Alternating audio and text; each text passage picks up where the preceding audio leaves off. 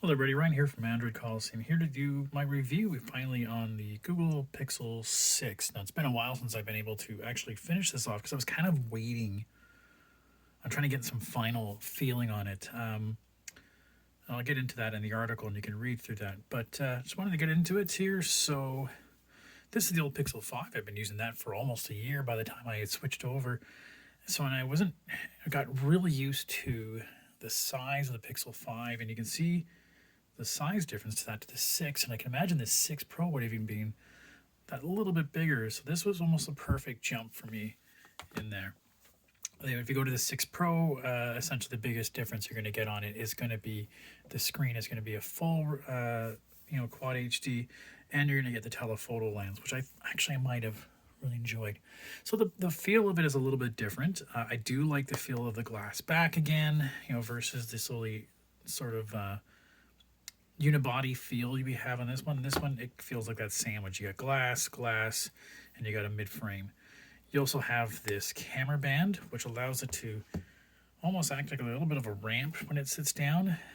So it's nice that it has a little bit of a protective barrier so it's not resting on the glass when it does that. Now, if you're like me, one of the reasons I took a while to sort of start using it was I wanted to have the case. So I want to have a case just to protect it. The new one, again, I would have preferred if they had the old material case here. Like those guys, I like them. They stand up, but they are a little bigger. So you can see this is a little more minimalistic, and they do talk about it having the recycled plastics in it as well. So overall, let's start it up. We have a fingerprint sensor, which has some notoriety. It's not great. So I don't know if you noticed that, but it took a little bit of a time to do that. And that's actually working pretty well. I've had times where if it's not perfectly on sensor, it doesn't, and I'm getting used to where it is, so it's getting better. So it's not ready for me to say this is terrible, I'm going to get rid of it. It has gotten better with the update. So I've covered, how the camera pieces work on it, and we've seen how all the different features. We have night sight. We have, if you hold it still, it'll do astrophotography.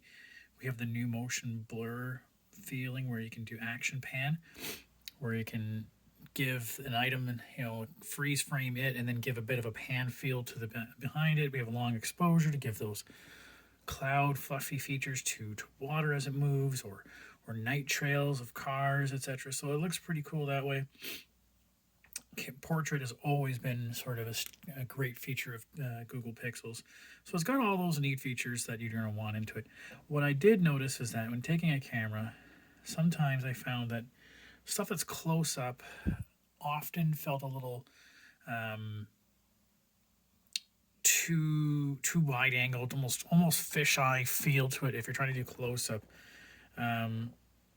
So it doesn't do very well in the close up. So what I often had to do was actually put it into 2x zoom and then move back to where I wanted it. So it kind of defeats the purpose because you're using digital zoom. But I found in close up it doesn't nearly do as well as I've seen them used to do. So that was kind of a letdown for me. And then the fact that it does wide angle, I be honest with you, never really used the wide angle. The selfie is okay, and I have some samples on the website if you want to take a look at it.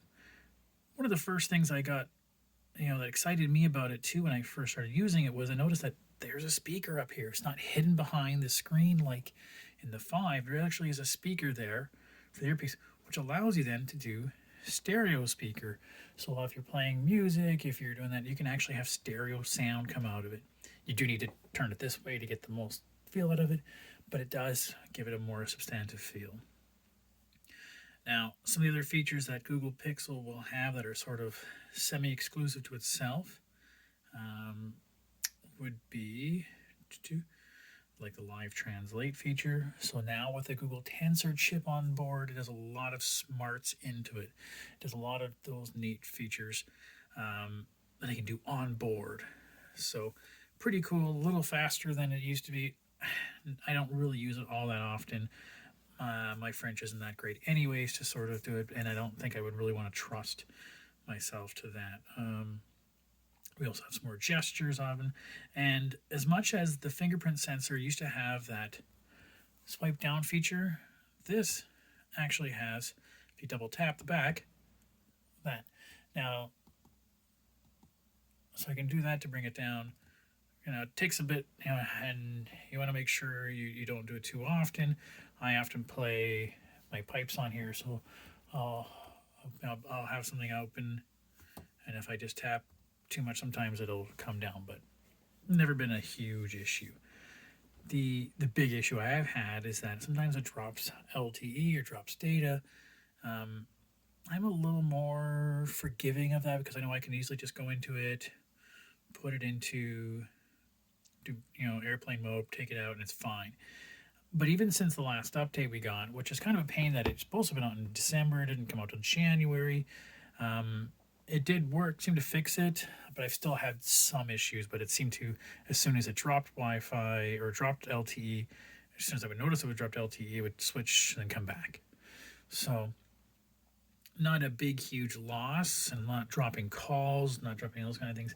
But it's something I have noticed, and I know it's getting better. So I'm not going to mark it down for that. Yeah, I mean, so overall, the camera's been great.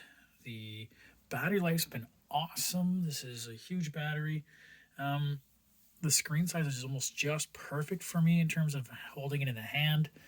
And the camera bump isn't too gangly to sit in my pocket. It does help me orient which side is up a little faster than I used to be able to do. So I like it. Might want to try the 6 Pro just to see if the bigger size might be a little better and if the screen resolution's a little stronger, like for my view. But I think it's a really good buy, especially at $799 if you're going to buy outright a phone. This is probably the one you'd want. This is probably what you're going to get the best bang for your buck. Okay, we'll have a full write-up on the website. If you have any questions, please reach out.